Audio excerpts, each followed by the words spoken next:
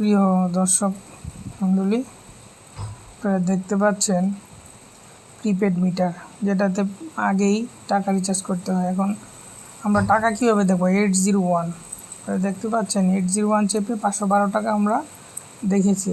এখন এটা তো সেমভাবে আমরা 801 এন্টার, দেখেন এখানে 30 টাকা 36 পয়সা আছে। তো এখন আমরা এটাতে বিকাশ অথবা ব্যাংক থেকে টাকা রিচার্জ করে আমরা এখানে টাকা ঢুকাবো। তার আগে এখানে সিকোয়েন্স নাম্বারটা দেখে নেন, 889।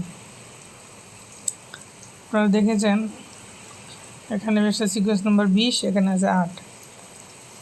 889 চেপে আপনি সিকোয়েন্স নাম্বারটা দেখতে পারবেন। তারপরে যে দেখেন, এখন আমরা টাকা রিচার্জ করব, একটা খাতায় লিখে নিয়েছি।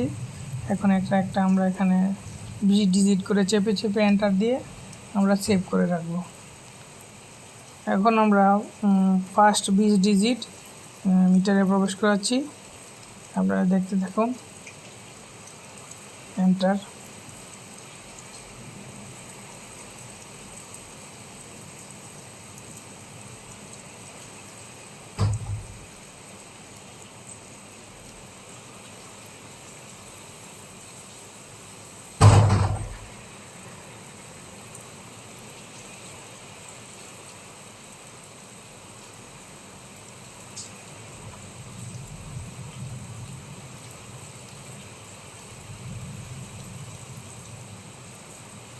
আপনারা দেখতে পাচ্ছেন আমরা 20 ডিজিট করে মিটারে প্রবেশ করাচ্ছি।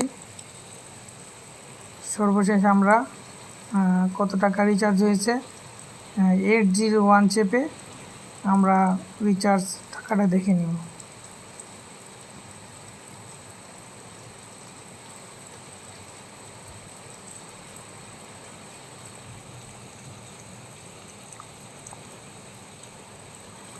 বিশ ডিজিট করে প্রবেশ করায় এন্টার প্রেস করতে হবে, না হলে মিটার নিবে না। মিটারে সেভ করতে হবে 20 ডিজিট করে। ইচ্ছা করলে আপনি 20 ডিজিট চেপে তার পরবর্তীতে যে কোনো সময় আবার ওইখান থেকে শুরু করতে পারেন। এরকম না যে একবারই প্রবেশ করে নিতে হবে। আপনি 20 ডিজিট করে মিটারে সেভ করে নেবেন। এখন আমরা 20 ডিজিট করে মিটারে প্রবেশ করাচ্ছি এবং সেভ করতেছি। সবসময় সতর্ক থাকবেন যেন মিটার যে নাম্বারটা এবং রিচার্জ যে করেছেন যে টোকেনটা একই আছে কি না। যদি এই মিটারের জন্য রিচার্জ কোডটা না হয় তাহলে মিটার কিন্তু রিচার্জ টোকেনগুলা কোড নাম্বার নেবে না। আপনারা দেখতে পাচ্ছেন আমরা 4 ডিজিট করে 20 ডিজিট এরকম প্রবেশ করাচ্ছি। সবচেয়ে গুরুত্বপূর্ণ সিকোয়েন্স নাম্বারটা, এটা আপনারা খেয়াল রাখবেন।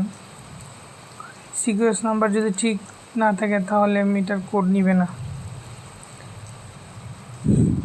889 চাপে তারপর আপনার সিকোয়েন্স নাম্বারটা দেখে নেবেন, যদি সিকোয়েন্স কোনো সময় ভুল হয়ে যায়। সিকোয়েন্স নাম্বার যত মিটার দেখাবে তারপরের থেকে আপনি কোড প্রবেশ করাতে হবে। এটাই সবচেয়ে প্রিপেড মিটারের সবচেয়ে গুরুত্বপূর্ণ বিষয়।